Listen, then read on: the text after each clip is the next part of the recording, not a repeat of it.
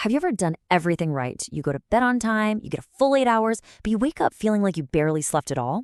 If you're nodding your head right now, then this is for you. We are going to figure out exactly why that happens and, more importantly, how to fix it. And this quote right here, this gets to the absolute core of the issue. It's not that we've been lied to about needing sleep, not at all. It's that we've been measuring the whole thing wrong. See, your brain, it's running on a totally different clock. It couldn't care less about hours. It's all about cycles. For as long as I can remember, we've all been chasing this magic number, 8. And look, getting enough sleep is absolutely crucial, but focusing only on hitting that 8-hour target, that's only half the story. It's kind of like trying to bake a cake by just making sure you have enough flour, but ignoring all the other ingredients. The most important ingredient here is the quality of your wake up. So right, if it's not just about stocking up hours, then what in the world is it about? Well, let's pull back the curtain and learn the secret language your brain uses every single night. And here it is. This is the big aha moment. Your brain doesn't just switch off for 8 hours straight. Nope. It actually goes on this little roller coaster ride all night long, with each full ride or cycle lasting about 90 minutes. It dips down into deep sleep and then comes back up into light sleep over and over. That's its natural rhythm. So this is the fundamental shift in thinking we need to make. The old way was just about quantity. Did I hit my 8 hours? But the new, much smarter way is about quality.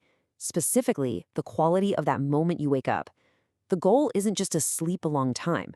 It's to wake up at the perfect moment, right when your brain is finishing one of its cycles.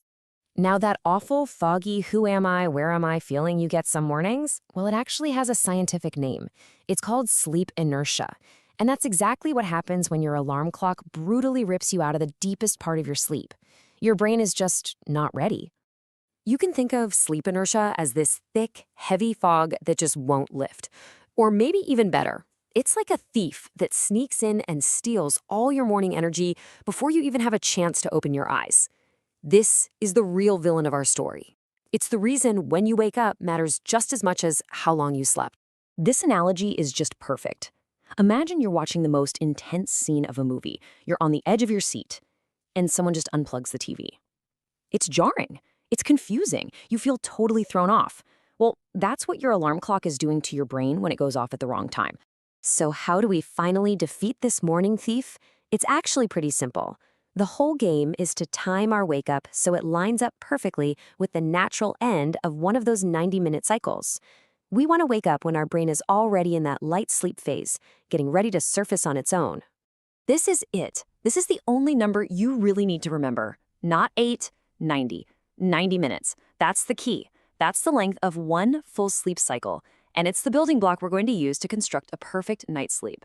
Okay, let's make this real. How do you actually do this tonight? It's just a simple 3-step process. First, figure out what time you have to wake up. No negotiating there. Second, from that wake-up time, just count backwards in 90-minute chunks. And finally, wherever you land, that's your new perfect bedtime. Let's look at an example. Okay, so check this out. Let's say you need to be up and at 'em at 7 a.m. You could go to bed at 10 p.m., which gets you 6 full cycles. But here's the magic. If you know you're going to have a late night, going to bed at 11:30 p.m. is actually better for your wake up than 11 p.m. because 11:30 aligns with the end of a cycle. It gives you incredible flexibility. All right, I know what you're thinking. This all sounds great, but I can't just fall asleep the second my head hits the pillow. What happens when your brain is still buzzing with a million thoughts? How do you actually get it to shut down on cue? The strategy for this is a cool-sounding thing called cognitive offloading. All it really means is you're deliberately emptying out your brain before you try to sleep. It's like doing a brain dump. The whole point is to help your brain shift gears from being active and buzzy to being calm and restful, which makes falling asleep way easier. And the best part, it's so simple. We're not talking about a huge commitment here. Just take 5 or 10 minutes before bed. Grab a notebook and scribble down tomorrow's to-do list. Write down any worries that are rattling around in there. By getting it all out of your head and onto a piece of paper, you're basically giving your brain permission to sign off for the night. And see? It all comes full circle. When you do a little cognitive offloading, you fall asleep faster, which means you're more likely to hit your target bedtime. And that keeps you right on track with your 90-minute cycles, which is the secret to waking up feeling fantastic and finally beating that dreaded sleep inertia. So I'll leave you with this question to chew on. Are you going to keep sleeping by the clock, hoping for the best, Or are you ready to start sleeping according to your brain's own secret code? Give this 90-minute rule a shot tonight. You might just be shocked at how good you can feel in the morning.